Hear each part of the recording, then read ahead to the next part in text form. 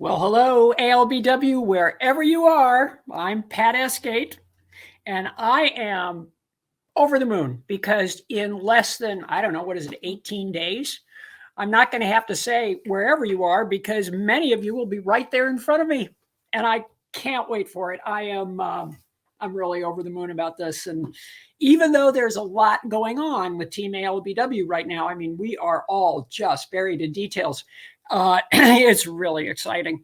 And I do want to tell you something that I do get some time to scroll through social media now and then. Not a lot right now. So I apologize to anybody who's been trying to get in touch with me, et cetera. But the thing that has impressed me the most is that you have made this your event. It's really striking to me how many of you have set up workshops, how many of you have set up meetings and dinners and trips and alternative things to do, how you've reached out to one another for help and guidance, questions and answers. And I just love this. I absolutely love this. ALBW has always been about you. It has always been about the community, and you all have made it that. I just sit up here like a train conductor. That's it. The rest of you are the ones that are just making it all happen. So thank you. And how fun that we're finally going to get a chance for all of us, myself included, to be together in Ann's hometown. So let's get started. We have a lot to talk about today, this last ALBW Live, before we actually get together in Halifax. One of the very first things I want to tell you, and I want you all to be sure to write this down because it's a great thing. This year, there will again be a hop-on, hop-off shuttle bus. Rachel Lappin at the Calderdale Council has worked very hard to put this together for us.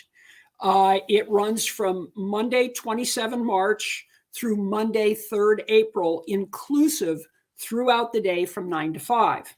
It begins at Horton Street, which is right near the Peace Hall, excuse me, in Square Chapel, and also by the Railway Pub and Hotel. And then it goes on a loop, and it goes on a loop to Dean Clough, and then to Bankfield, then to Shibden Hall, to the top car park, by the way. So if you have some challenges in terms of walking, you'll want to keep in mind, because it's a little higher up. You have to come down the hill to get to Shibden Hall. But that's the shuttle bus. That's a single ticket. Like if you just choose to go up to Shibden Hall, it's £2.50. But for £6, you can buy an unlimited pass for the entire day. And that is a real bargain, because I can tell you, taking a cab up to Ziggy's cab up to Shibden Hall is going to set you back £8 all by itself. So do look into that. It's a bargain. So, and P.S., it's wheelchair accessible, very important. Now, another little announcement. We just heard this week that the lovely people at Stodfold will once again be serving Ann Lister's Dark and Ann Walker's Blonde. So sorry, it's hard to get this thing positioned. If you had the pleasure of seeing that or having any of that last year, do stop by. And P.S., the shuttle bus goes right by there. So, or not Stodfold necessarily, but it goes right to Dean Clough. It's just a few steps away from where the shuttle bus ends. So do give them a little business. Now, next thing I'd like to get into, I'm really delighted to talk to you about this. We have such really wonderful allies in Halifax, people who have been so beneficial to our community over the years, people who love their town and love our community. Two of them, Kirsty Davies and Sarah Bruton, were volunteers last year. And this year, we are kicking them upstairs. Most of you know I refer to Kirsty as the mayor of Halifax because of her huge generosity in always being available for our community whenever you come into town, ALBW or not. You get in touch with Kirsty and she's happy to meet you for a cuppa or a drink or whatever, tell you, where you need to go, et cetera. And the same thing with Sarah Bruton. Sarah is not as publicly active as Kirsty is, but if there were no Sarah Bruton, there would be no ALBW. Sarah was the first person who reached out to me when I went on Facebook trying to find someone who could tell me something about Halifax and where I might find a guide. And she said, "You don't need a guide, I'll take you out." And sure enough, we spent 2 days covering every single part of Halifax, Shibden Hall. One of the most memorable experiences from that is that Sarah and I went out to dinner the first night, and this is during the summer solstice. And she said, "You want to walk up to the hall?" And I said, "Sure." Now, I didn't even look at my watch, but as we're walking up the hill, I realized it was almost 9:45 in the evening. But if you look in the guide and you see that picture of Walker Pit that's on one of the pages, I actually took it that night at about 10:30 in the evening. It was mind-blowing how light it was outside. But anyway, we're so delighted. They are going to be our official Halifax hosts. So you'll see them in their ambassadors t-shirts, but they will also have this lovely little button on. So when you see this, you'll know that they are the people that you can talk to about anything you need to know about getting around in Halifax, and they'll be more than happy to help you. So well done, Kirsty and Sarah.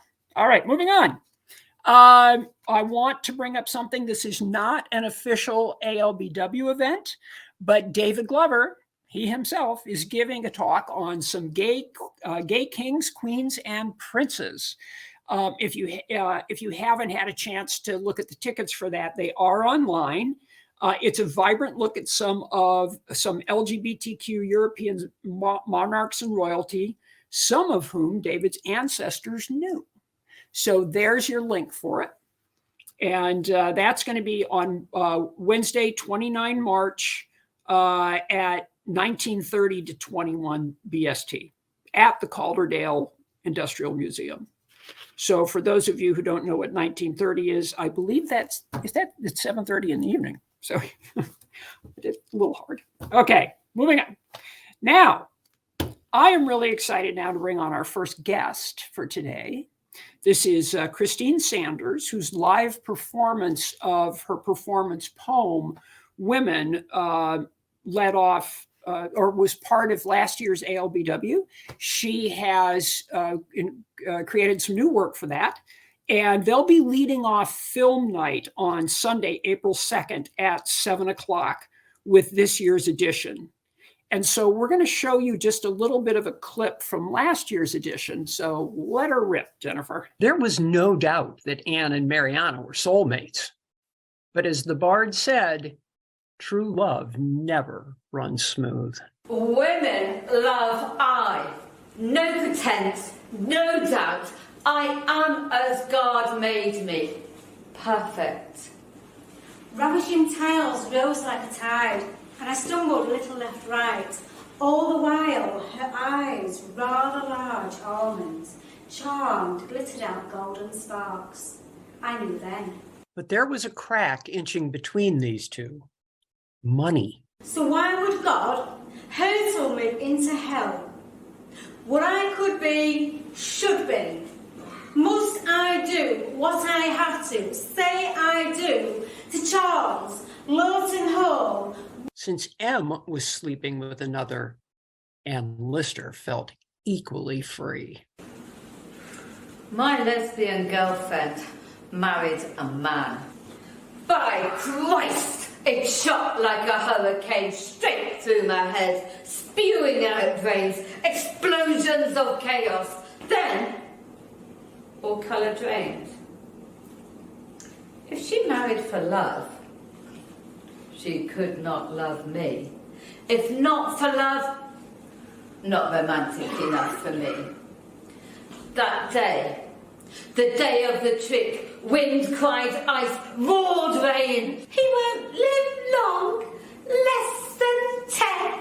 The return, the get rich quick, chick. What you do to me, my dearest, I'll do to you. Her sister lies, cradling my feet. Well, and we know what happened then. Hey, Christine, how are you? I'm really good, thanks, Pat. How are you? I'm very well, thank you. So, really very impressive. And I'm going to throw a curveball at you right now because I don't have this in my list of questions to you that we talked about. And it's a simple one. How tall are you? I always say 5'6". Are you adding a little bit on there, my friend? I tiny little bit. But one of the things that I love the most about this is that you actually are right around Ann Lister's height. You know, we Yeah. all think of her as what I call Sir Ann Lister, you know, tall and lithe and all the rest of that. But she was a shorter woman. Ann Lister was taller than me. Yeah. She was taller than me. Yeah. Okay. So tell me a little bit about your poetry. Let's get started off there. Well, so my history is poetry from when I started as poetry.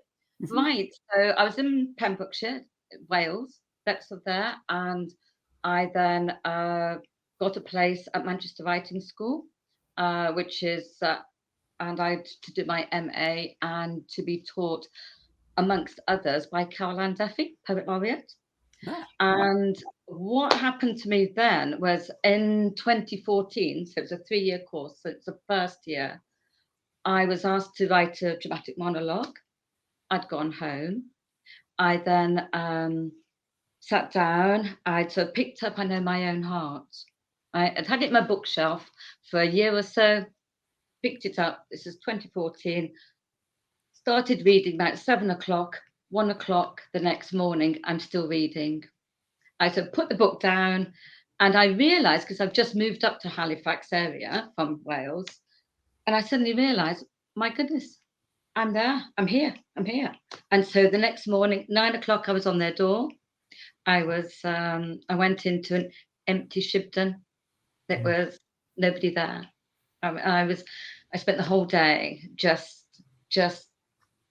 like feeling walls and floorboards and just completely bowled over with the world of Ann Lister. So, I mean, I think like Anne never kind of like hits you gently, does she? No. She goes, yes. Yeah. The sledgehammer of Ann Lister. Yeah. Yeah.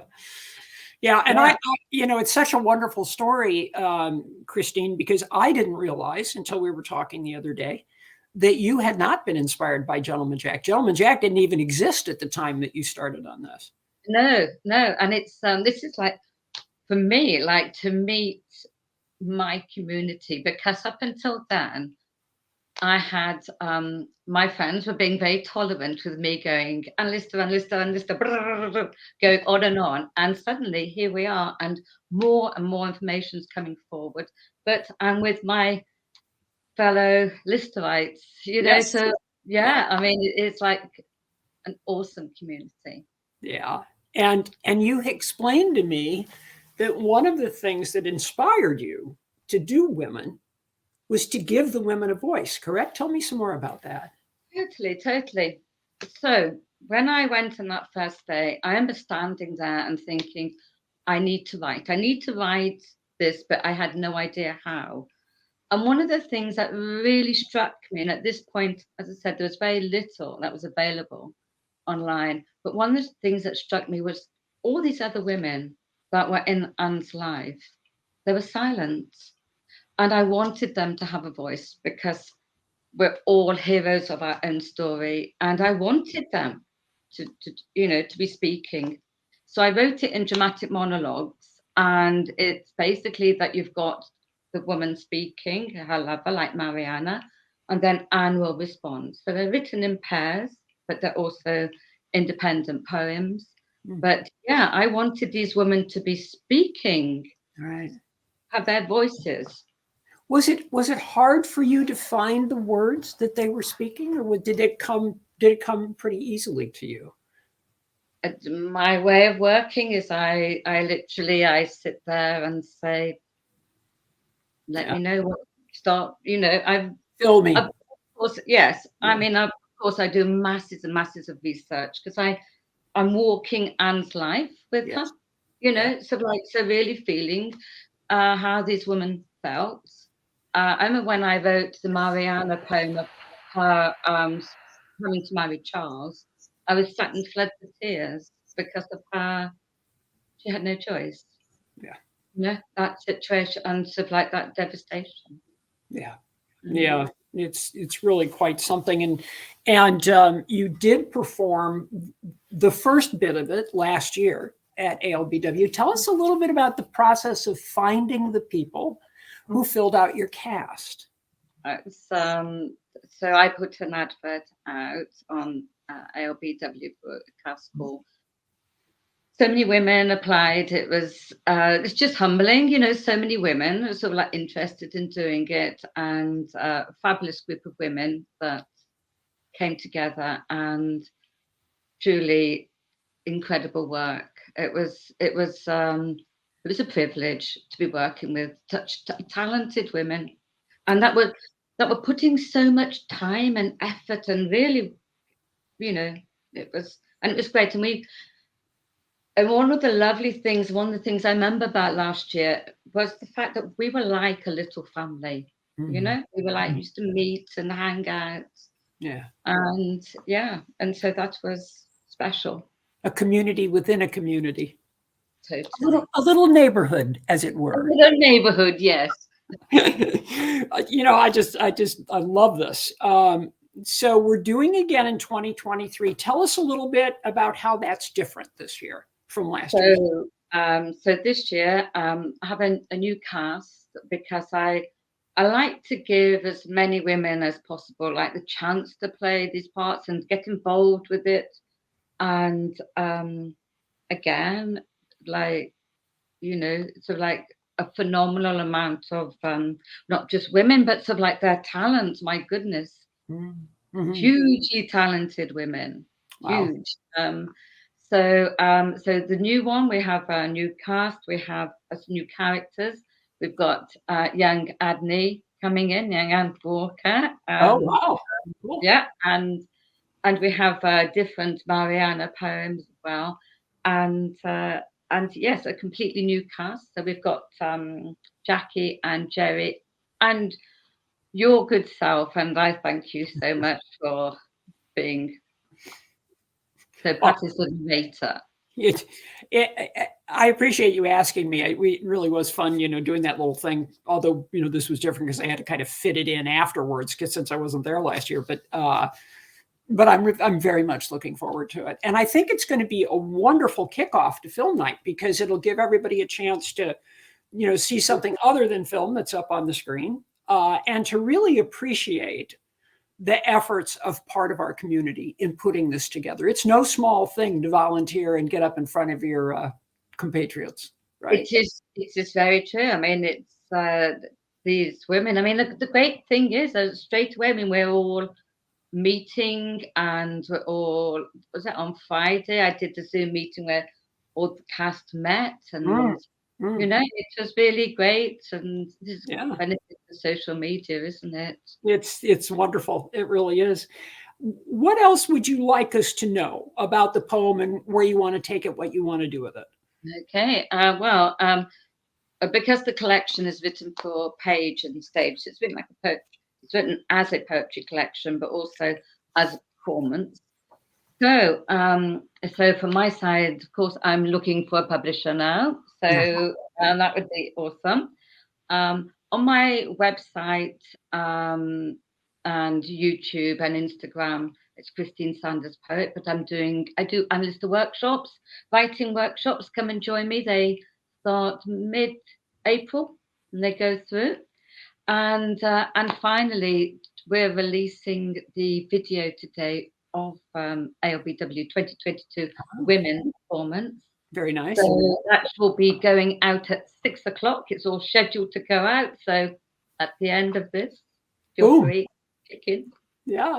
Well, it's really quite wonderful. And I really thank you for doing it. It's just such a nice addition to ALBW. And again, as I said at the beginning of the show, the way that people have responded to this and the things that they've put together to share within the community, it's incredible, mind-blowing to me. So incredible. Well done, you. And thank you. Oh, it's my pleasure, always. So Christine is going to go away now, but she'll be available for Q&A at the end. So thank you very much, Christine. Really am excited about that. And now a word from our sponsor, me. I don't know if I showed you this before, but let me see if I can get this right. This is this year's cloisonne pin that will be available in the Cagill rooms. As I've explained before, we are celebrating both Anne and Anne this year. So we have both hats on the pin. I hope you'll stop by and pick them up. Pick one up, £5, a bargain as a souvenir. And also, for those of you who stopped in the K-Gill rooms and picked up some of our Team Mariana, Team Ann Walker pins last year, we have new ones for this year. All 3 pins, all of them with hats on. I guess it's our hat year. And I don't have one because I just shipped them off to England. But do stop by and pick one of those up. Those are free. So just a little thank you from me to you. Okay, now let's have a few words about workshops. And here's a fun free one. Workshop E on Saturday, April 1st at 1:30 in the K-Gill rooms. This is Amanda Aikman's workshop. She's going to have a reading of her new romance novel inspired by our community, Miss Lister's Guest House. This present-day novel follows the romantic adventures of the main character, Devon, who moves from California to Halifax. Nobody's doing that, are they? Ha! Let's see, to open a bed and breakfast inspired by Ann Lister. Amanda will be assisted by 2 very fine and funny actresses, Kate McCabe and Libby Taylor. There's Kate, and you remember her from The Murder at Shibden Hall, and Libby Taylor, her partner in crime. They will be helping Amanda out with her workshop. So as they say, laughter is definitely in the mix on this one. So do stop by. Now, moving on. Friday is Ann Walker Day, dedicated to her memory. Now, a little bit of news. Many of you signed up for the workshop, for the morning workshop, which was featuring Rebecca Batley's new book, Ann Walker, The Life and Death of Gentleman Jack's Wife.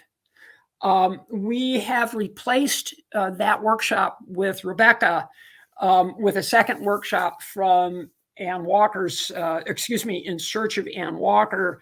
I'm very sorry to let you know that, but there's been some discussion and concerns about the book. I'm not going to go any further on that. There's been a lot of chat on social media, and there have been people that have reached out to me, et cetera. So we just decided that it would probably be better to fill it with Ann Walker facts. And there's nobody better to do that than In Search of Ann Walker. So our second guest today is Diane Halford herself. Hi, Pat. Hey, Diane, how are you? I'm all right, thank you. How are you? I'm very well, thank you. So we're getting not one, but 2 workshops from In Search of Ann Walker this year. Tell me a little bit about each one of them. And by the way, before you do, I do want to thank you for pulling this first workshop together so quickly. But boy, what you've told me you're going to have in there, it's going to be fabulous. So tell me a little bit about what you're doing in each one of those workshops. Okay, so the first workshop we're going to, before I say that, actually, can I just thank you for having another Ann Walker Day and honouring her in that way. We're very grateful that ALBW recognises Ann Walker's presence and influence in Ann Lister's life.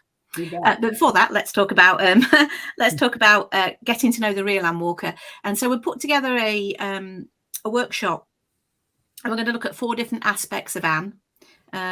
So the first thing we're going to look at is Ann Walker's mourning of Ann Lister. So we're going to look at some of the documents we found covering kind of 1840 to 1854, and look at what Anne says about Ann Lister and her death. And we've also got a new find that we'll reveal in the session about an incident in 1844 that shows just how deeply Anne was mourning Ann Lister. So it is quite a deep subject, but we've got other things coming after it. We're going to look at Anne's mental and physical health. If you didn't know already, that we've been, ISAW have been tracking Anne's mental and physical health, and we've got an updated presentation from Layla for that. And she'll talk about what we've currently found out. She'll also give some insights in, and the other section is on Anne's humour. So she'll be putting context to the funny and amusing things that we know that Ann Walker said and did. And then lastly, in that session, Doriana is going to talk about Anne and Anne traveling in Imperial Russia in 1839 and 1840. And that will include fleas, sketching, and a reconstruction of their dash from St. Petersburg to Moscow. I don't mean you'll get fleas in the session, but we'll mention fleas. Maybe we'll bring in a few just as giveaways. Well, this is really, really terrific. I'm excited about, because you shared a little bit with me about some of the finds that you had made. I'm not asking you to give them away, but I continue to be really amazed by what you pull out of the most odd places that, that hasn't been found up till now. And one of those is a letter of some sort, right? Yeah, it's the letter we're going to reveal at the first session. Yeah, so it's a letter that was written by George Mackay Sutherland, and it describes an incident in there, and there's some quite interesting things about Anne and what she says about Anne Lister that's reported by him. So it's quite an interesting letter, and I think people will get quite a lot out of that.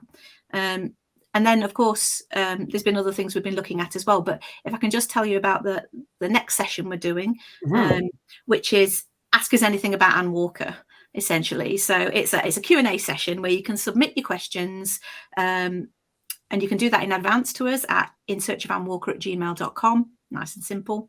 And the email address is on our website if you haven't written it down or can't remember it. And you can ask us anything about to do with Anne Walker, and we will look to give you properly resourced and reference answers to those questions. We'll also have some commonly asked questions based off some myths, from before Anne Walker was known to the wider public, and also what people Google, to be honest. We'll answer some of those questions as well. We're going to bust some myths, and we're going to use, again, properly referenced and resourced.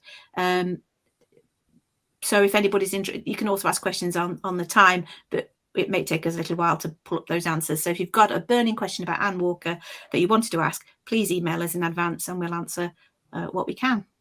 That's great. And, for all of you that are sitting out there that are either really devoted Anne Lister researchers, or even some that are newer to the fold that are just starting to learn things about Anne and Anne, I couldn't say more about attending this workshop, because just as Christine was talking about in our last interview a few minutes ago, to give Anne's partners a voice and to finally be able to hear and understand their side of the story, so to speak, or how they felt about these things, is huge, because it not only tells us about Anne Walker, it tells us more about Anne Lister. So I thank you so much for all of the work that you've done over the last 4 years, Diane. It's just so impressive. Well, it's not just me. There's a whole bunch of collaborators behind me. 2 of them will be with me on these sessions as well. That's Doriana and Lila, and we'll be, and there's lots of other people in the background as well who write blogs, do transcriptions, come to the archives with me. Lots and lots of things go into make In Search of Anne Walker. And lots of people have helped us in the past as well with different projects. So, it's not just me, but yes, thank you for that. Yeah. We did do some, we've had quite a busy year this year. We say that every year, to be honest, but it's been a busy year this year. We haven't found that elusive second diary yet, but we're still looking. But but we did find out early on in the year that Anne Walker, in 1845, in the early parts of 1845, she was actually at another private asylum in London called Sussex House. That's on our website if you want to go and have a look about that. We've got an article on there, and we found that out simply just by looking at bond books in the National Archive, looking for a bond that people that were the committees of Anne Walker, after she was found to be of unsound mind, they had to pay a bond in order to do that. It's quite a lot of money. Wow. And Elizabeth and George were committees for her estate to begin with. They paid a bond. And then obviously after Elizabeth died at the end of 1844, George Mackay Sutherland would have to have reapplied for a bond on his own to be the committee of estate, and he did. And in that, we could see that Anne's address was down as Sussex House in Hammersmith, which was a private asylum run by Forbes Winslow. But we do know that she was back at Shibden round about April 1845, so she wasn't there long. A little bit like Terrace House, she wasn't there long either. Right. In 1845, George Mackay Sutherland in Shibden Hall as well, along with his family. Yeah, they moved there around about April 1845 together up from London. Mm-hmm. So we've also found some letters from Lydia Fenton. Lydia Fenton was the person that's in the 1851 census as living with Anne Walker as a housekeeper. But yes, we've actually found some letters written that kind of prove that she didn't just live at Cliff Hill with Anne Walker, but she actually also moved into Shibden Hall after the death of George Mackay Sutherland as well. So we've got those. They'll be coming out. That's in some of our blogs already, but we'll be putting that out more publicly on social media later on. And if anybody was following our social media, you'll see that on the anniversary of her funeral, Anne Walker's funeral, which is 3rd of March, we put out the memorial card we found, and that was found in the Shibden Hall collection amongst a bunch of other funeral cards and visiting cards. And that's a card that they routinely gave out, the family routinely gave out to people that attended her funeral. And that's a really lovely piece. It's a delight to see. As sad as it is, it's still just lovely to know that she was honoured in that way by her family. Yeah, that she wasn't just forgotten somehow. Absolutely. Yeah. And so we've got, we're still we'll still be going into the archives frequently. We've got a new blog coming up soon about Anne's nieces and nephews. Mm-hmm. And there's a terrific one coming out on Little Mary Sutherland. Little Mary is what Anne Walker, Anne Lister called, and Anne Walker called the oldest Walker, the oldest Sutherland child, sorry. Right. And we've got one on Anne Walker Sutherland as well, and that's got some real Anne Walker Sutherland obviously was named for her aunt, but there's really some parallels running there, and most of them involve a trowel. So I'm just going to mention that, and you can look out for the new blog coming out and find out what the trowel has got in common between the aunt and niece. Yeah. Well, Diane, as always, you are just a font of information, and I'm so pleased every time I talk to you. There's always something new there that trips my trigger. So thank you for coming on today. I greatly appreciate it, and I look forward to seeing you in Halifax in a couple of weeks. Yeah, I look forward to seeing everybody else as well. All right. Thanks very much, Pat. Be well. Okay, we're going to talk a little bit more on workshops now. And before we do, I'm going to talk about 2 other workshops, but I want to mention the one that I'm doing on Monday on searching for Anne Walker in the Minster. And the thing that I'm most excited about doing with this workshop is I've been sort of off on a track with a couple of people that I got involved with through the Minster Committee when we started looking for Anne in the Minster through that direction. And we have come across some documents that have not been available before now. And I'm really looking forward to sharing those with the community. I'm hoping that those documents will wind up in the archives, because for all of you out there who have done such excellent work on the search for Anne, especially you folks over at Pack with Potential, I think that you're going to find this revelatory.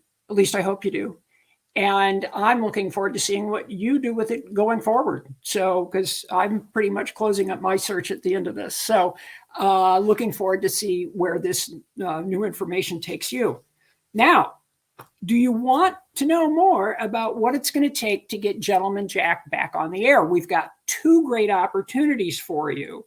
The first one, Representation Matters, Pathways to Lasting Media Presence, on Sunday, April 2, 3:30 to 5.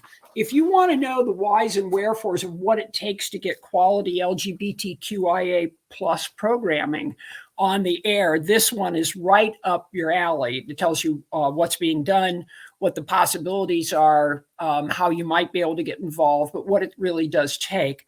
And we've got a great lineup of people to be talking with you. It's myself and Lori Shannon that are going to be leading the discussion, but we have Elizabeth Versace from Strong Coffee Productions, who is actively out working on the possibility of producing new shows as well as funding them.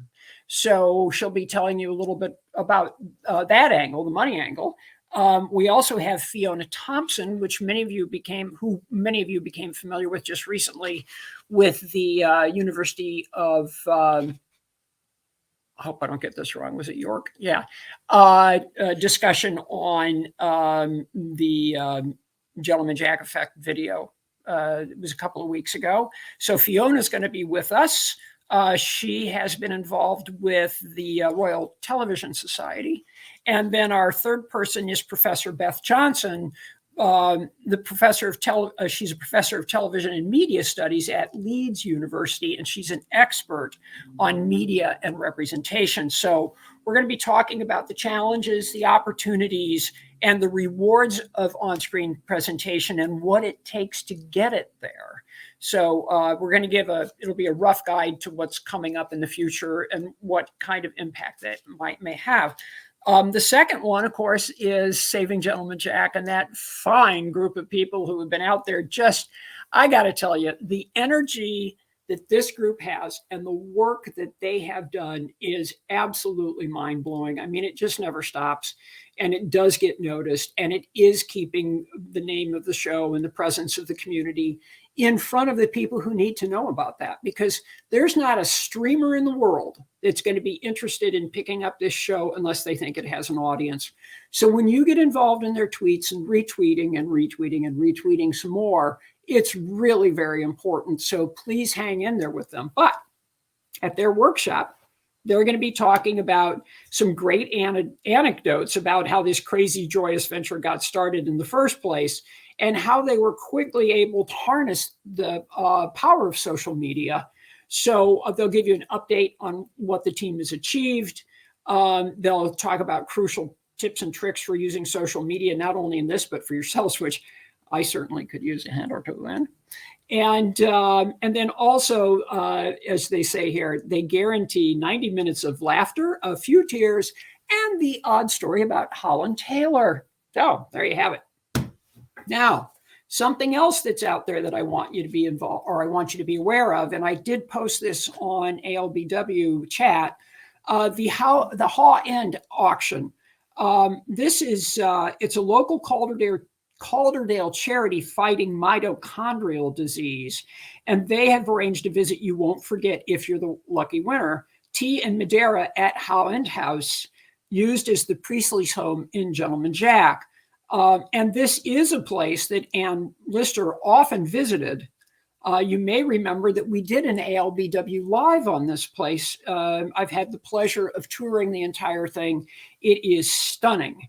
It's £5 a chance at the draw, and the prize consists of one lucky winner, and their plus one will be invited to enjoy a private guided tour of Haw End and the gardens in Halifax. The property is private and not open to the public. This is the only time you'll get a chance to do this.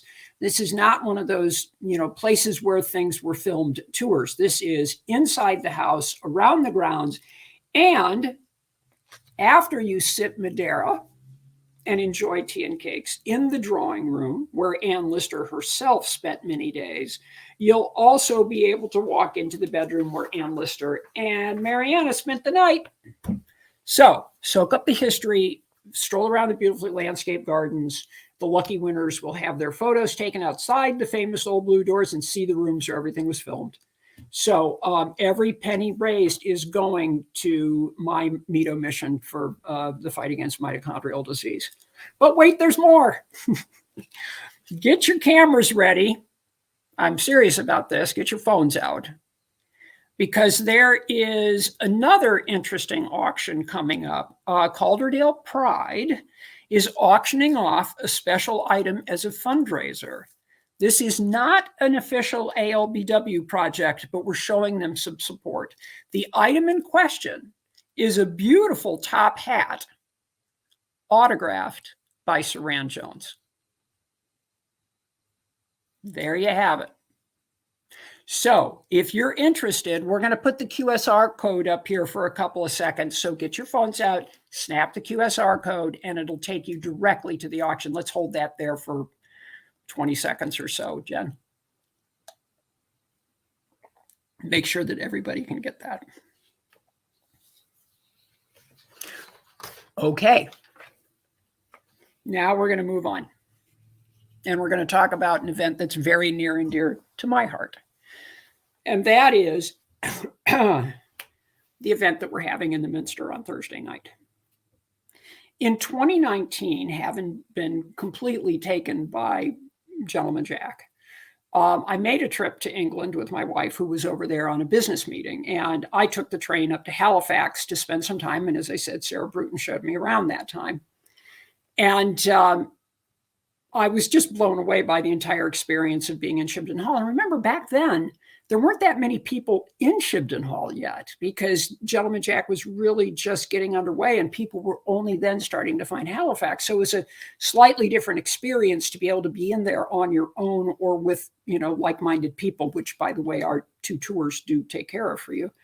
But I also noticed while I was there that time, a big banner on the wall outside of Shibden Hall advertising the Ann Lister Festival that was being held the next month.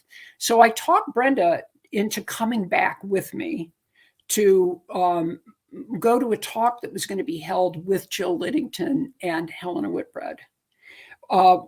What's very cool about this event, the one that they held in the Minster on that particular occasion, is that they had started out with the plan to have their talk be in a very small room. It could have been the Cahill rooms, I can't remember, but they only had, I wasn't even in Cahill rooms, they only had 35 seats. And those sold out immediately, gone. So then they decided to find a bigger space, so they moved it to the Halifax Town Hall. Those tickets were gone. And so then they decided, well, maybe we should move it someplace bigger. And they finally wound up in the Minster, which has a very large seating capacity. And boy, did they manage to fill it. Halifax had no idea of what the draw was going to be for Ann Lister at that time. And what's really exciting about that is that it really gave them a taste of the tsunami that was about to follow. So there I was, sitting in the Minster that evening, a few rows back from the front, surrounded by this community, hundreds of women like myself. It had been years since I had ever experienced anything like that, because, we as lesbians don't really have those kinds of events, unless it's the Women's Music Festival or whatever, but just someplace where you can come and be in community and hear something told about an ancestor of ours. And it was quite amazing to be sitting there with all these folks. And so when Jill and Helena finished, they asked for questions and answers from the audience. And we have a little clip that Jill Liddington has been kind enough to allow me to show. She has this on her website, but as I sat there and listened to all the women around me asking these amazing questions with such fervent passion and interest, I was really blown away by the energy in that place. And I just kept filling me up to the point where I said to myself, okay, when they get to asking for the last question, I'm going to raise my hand. And if I get chosen, that's fine. And if not, I don't, it's fine too. But I had something that had just been welling up inside of me. It wasn't a question. It was a comment. So we have a little clip from that night that Jill has kept on her website, and you'll see the size of the audience itself. But Jen, let's go ahead and roll that. Write much more about his amazing ancestor, indirect ancestor, Ann Lister, until his death, and he died in 1933. The last question here, thank you. This actually isn't a question, it's a comment. And it ties right in with what you were just talking about, John Lister, and saving those diaries. The work that you two have done, along with all the other people who have published on Ann Lister, along with Sally Wainwright, along with Ann Choma, what's happening now is it's not so much just that this is coming to light. You haven't just entertained us You haven't just educated us. If you read what happens on social media, with the postings from the people who have seen the show, who have now read the diaries, you are actively changing people's lives. People talk about increased confidence. It's true. It's true. Yeah, it's true.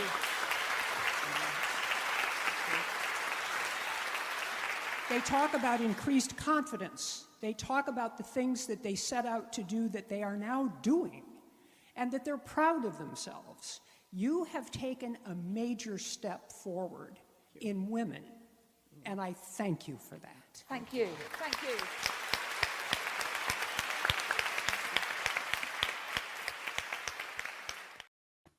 So all I can tell you about that evening is I floated out of there on a cloud. I was so overwhelmed by the energy and the passion and the feeling of everything that was going on.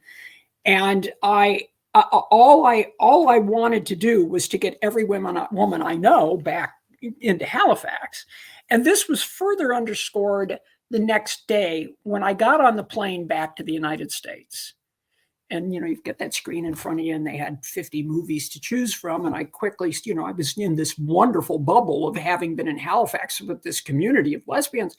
And I started scrolling through the films, 50 films, and not one of them with a lesbian in it. And that's when I realized I had left the bubble. But it's also when I realized that I could recreate it. And that's where the idea of ALBW was actually born. And before I go one step further, it never would have gotten off the ground without Cheryl McDonald. And you will hear me singing her praises all through ALBW this year.